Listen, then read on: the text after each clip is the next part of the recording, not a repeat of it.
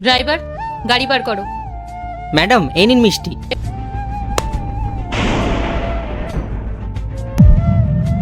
পরেশ, এখন আমরা কি তোমাদের দেওয়া এই মিষ্টি খাবো? আর ও এখানে দাঁড়িয়ে কি করছে? ম্যাডাম, ও আমার ছেলে, পরীক্ষা খুব ভালো রেজাল্ট করেছে, তাই আপনাদের মিষ্টি মুখ করাবো বলে এসেছিলাম। কি ভালো রেজাল্ট করেছে? ভালো রেজাল্টই তো করেছে, পৃথিবী তো আর উল্টে দেয়নি। ম্যাডাম, আপনারা তো শুনলেনই না ও কিসের ভালো রেজাল্ট করেছে। এই শোনো, এই সব জেনে আমাদের কোনো লাভ নেই।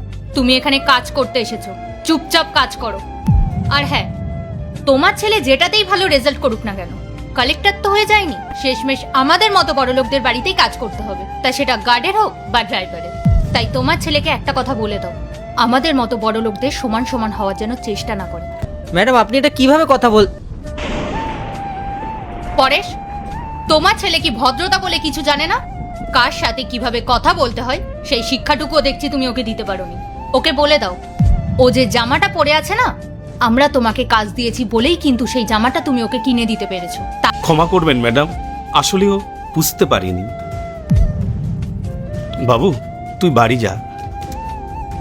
চলুন ম্যাডাম। বড় এসেছে আমাদেরকে পাল্লা দিতে। কি বললেন উনি? কালেক্টর তো হয়ে যাব না? আল্লাহর এই ভিডিওটা দেখে যে সরে যাবে তার মনের আশা পূরণ হবে না। আল্লাহর এই ছবিটা দেখে চ্যানেলটা সাবস্ক্রাইব করতে হবে এবং ভিডিওতে লাইক করে দিতে হবে, তাহলে তোমার মনের আশা পূরণ হয়ে যাবে। আর অবশ্যই অবশ্যই এই চ্যানেলটা সাবস্ক্রাইব করতে হবে। এবার আমি কালেক্টর হয়েই দেখাবো।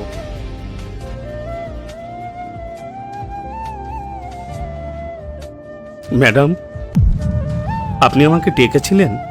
হ্যাঁ, কি সমস্যা হয়েছিল কালকে তোমার? কাজে আসোনি কেন? আসলে ম্যাডাম, কাজ করার কি ইচ্ছা আছে নাকি নেই? কাজে আসোনি ঠিক আছে, কিন্তু একবারও জানানোর প্রয়োজনও মনে করনি। বলো, কাজটাকে কি মগের মুল্লুক পেয়েছো? আসলে কালকে আমার ছেলের জন্য বই কিনতে গিয়েছিলাম, তাই। ব্যাস থামো, সারাদিন খালি ছেলে ছেলে করতে থাকো। কে তোমার ছেলে? কোনো বড় অফিসার নাকি? আমার ছেলে কেউ নয় ম্যাডাম, আমার ছেলেই আমার জীবনের শেষ ভরসা। ও একটা ভালো চাকরি পেলে আমাদের সব সমস্যার সমাধান হয়ে যাবে। বাপরে, তা কি এমন করছে তোমার ছেলে? আমার ছেলে ইউপিএসসি নিয়ে পড়াশোনা করছে ম্যাডাম। হোয়াট? ইউপিএসসি?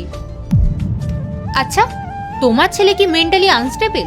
ও জানে না ইউপিএসসি স্টাডির জন্য কত টাকা লাগে, কত ধৈর্য লাগে, আর সব থেকে বড় কথা ব্রেন লাগে? সেটা আছে তোমার ছেলের? ড্রাইভারের কাজ করে, তার ছেলে নাকি আবার ইউপিএসসি ক্লিয়ার করবে।